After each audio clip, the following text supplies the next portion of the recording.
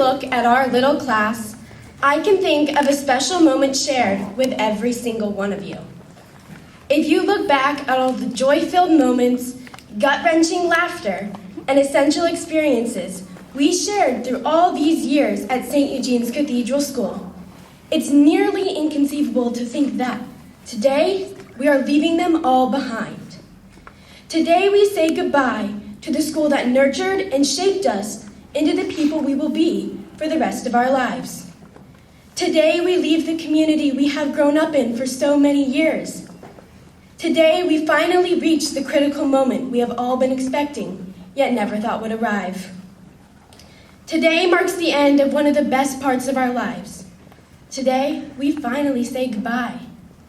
However, today is the day we say hello to a bright new future. I still remember being a little kindergartner at St. Eugene's Cathedral School. As I grew up, I remember the utter fear I had of the big, scary 8th graders. I never thought that one day I would be one of those people that the younger kids look up to, but here we are. We are all those 8th graders now, and personally, I've enjoyed it. We are the oldest and therefore the role models. We never realized how much responsibility and dedication it took to be one of the big, scary 8th graders. Remember the days when we were kindergartners and didn't have a care in the world? Now we are 8th graders with many more responsibilities. Soon, though, we will all be the youngest in school once again. Despite going back to being the youngest, the responsibilities still go up. Now that doesn't seem right, but that's what high school is. As the days dwindle until we enter high school, we know we are as prepared as we can possibly be. The teachers at St. Eugene's Cathedral School have the seemingly impossible task of preparing the junior high classes for the rigorous demands of high school. Through the gargantuan number of projects piled on top of homework and extracurricular activities, we seem to easily forget that our teachers are just giving us a sneak peek of what's to come in high school. All those late nights and early mornings weren't all for nothing. Despite the fact that we sometimes resent the teachers when we have 3 projects, 2 tests, and 1 final all in a single week, we truly do appreciate everything they do for us. No matter how much we may complain, we understand that everything they do is for our own good. Over all these years at St. Eugene's Cathedral School, the faculty has instilled in us many indispensable habits that will carry us for years to come. When we feel crushed under all the studying we are faced with during finals week in high school, Mrs. DeVault's ample study methods will be our saviors. When our professor in college presents our term paper topic and we are thrown into a panic, Mrs. Marr's time management skills will come to mind. At the very least, the teachers of St. Eugene's Cathedral School have prepared us to the absolute best of their abilities for the adventures awaiting us in high school. I think, collectively, our class will miss the individualized teaching style of St. Eugene's Cathedral School. As we move on to much larger high schools, we will lose a certain essence of the one-on-one curriculum of our school. I can count profuse times when Mrs. DeVault offered her time to study with students at recess or lunch. Mrs. Marr is constantly welcoming in students to straighten out service hours or classwork. Mrs. Lazar always stays with her math class after school to study before a test. The teachers at our school make it their priority to answer every question we, as students, can possibly contrive. They provide individual help for every single pupil so that we may not only pass a test, but understand the topic on a level that will be beneficial for us in the future. So thank you, faculty and staff, for investing precious time into every single student of the graduating class of 2016. At St. Eugene's Cathedral School, you will find a rare and precious thing.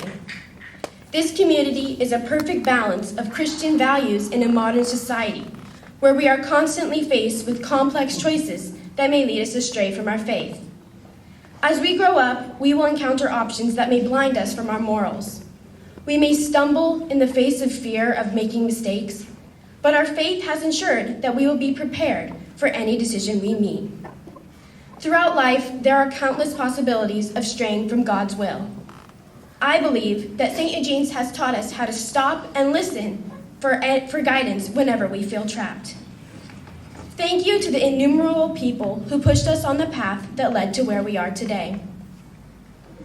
Through this chaotic year and all of our time at St. Eugene's, with rotating friends and teachers and classes, our parents have been the only constant. Thank you to the parents of the class of 2016 for always being our chefs, tutors, problem solvers, helpers, and personal chauffeurs. As this part of our life comes to a close and the next phase begins, we can be left feeling lost and overwhelmed. We may find us doubting ourselves.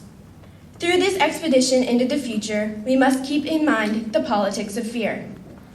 Most of the battle is mental.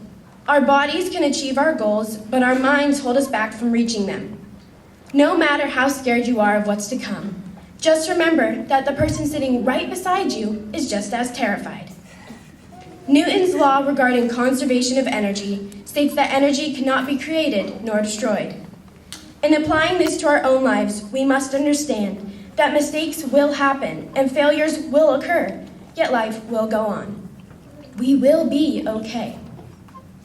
What does the future hold for the class of 2016? I honestly have no clue. We are all heading out on different paths, branching out into separate schools, classes, and extracurricular activities. With all these pieces sitting before us in one disorganized, confusing, colossal pile, how in the world are we supposed to prepare for our journey through this labyrinth of life?